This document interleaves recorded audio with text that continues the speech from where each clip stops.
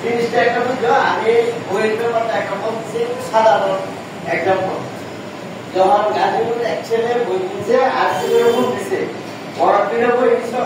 ওই আর কি কি সাবজেক্ট দিছ সাবজেক্ট দিলাম কি তারা দেখো আমি তো মান তুলি নাই অথচ আগেও ছেলে দিছি বই মান তুলি নাই সাবজেক্ট নাম বই দে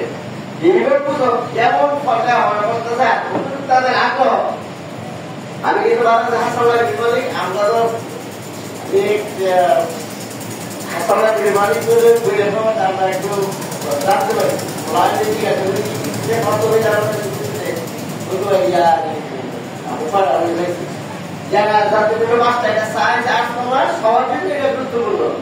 তো প্রথম বই আজকে বলে যে হয় এটা তো তোমার কোনো এই ইয়ার মধ্যে সমাবেশে বলা দরকার নেই আজকে বলে আমি আমার বক্তব্য শেষ করলাম। আসসালামু আলাইকুম। আপনারা সবাই ছেলেমেয়ের প্রতি খেয়াল রাখবেন।